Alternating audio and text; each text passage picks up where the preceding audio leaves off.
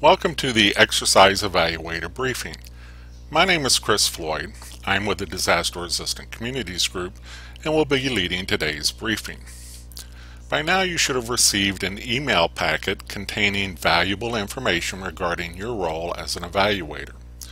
That document would have contained information on the role of an evaluator, actions you need to take to prepare for the exercise, such as downloading and printing the Exercise Evaluation Guide, or EEG, the Situation Manual, as well as identifying any plans or procedures that will be assessed during the exercise. Also contained in that document is important information of what you need to do during that exercise, and just as important, the actions you need to take following the exercise. With any exercise, there are exercise evaluation guides, EEGs.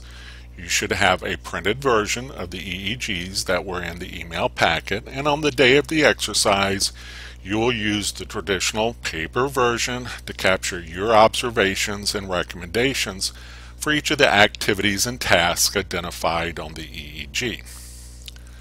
Following the exercise, you will want to go to onyxsystem.com, and in the lower right hand corner of that page, log in using your username and password.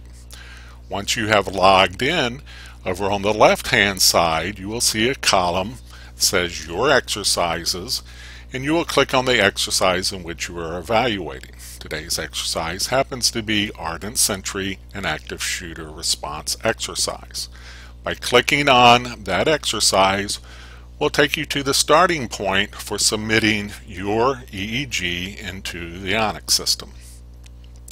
The exercise evaluation guide that we're using today happens to be Workplace Incident Management System. You would simply click on Workplace Incident Management System, and it will bring up an electronic version of your paper version of the EEG. Each of the activities and tasks will be identified within the Onyx system. From there, all you will need to do is, using your paper version, the notes, the observations, and recommendations, and transfer that information into the electronic version of the EEG. By following each of the activities and tasks down the page, you will identify a performance level for each of the tasks, ranging from strong to non-existent.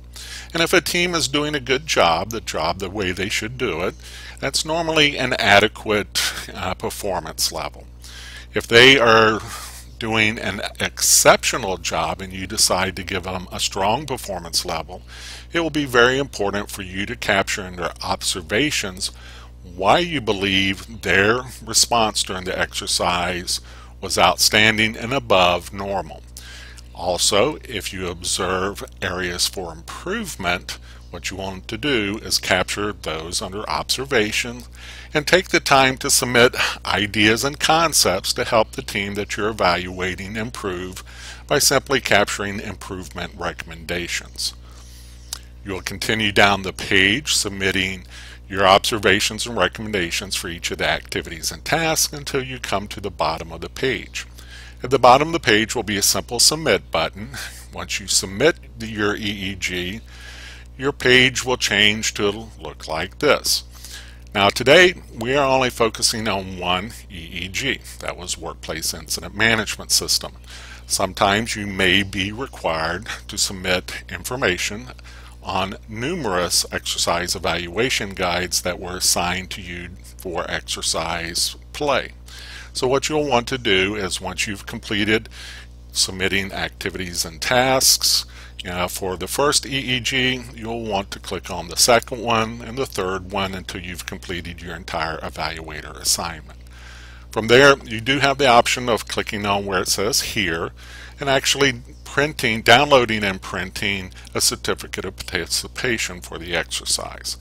Once you're finished, you simply click on Log Out, and that takes you out of the exercise system, and you have completed submitting your exercise evaluation guide in the Onyx system.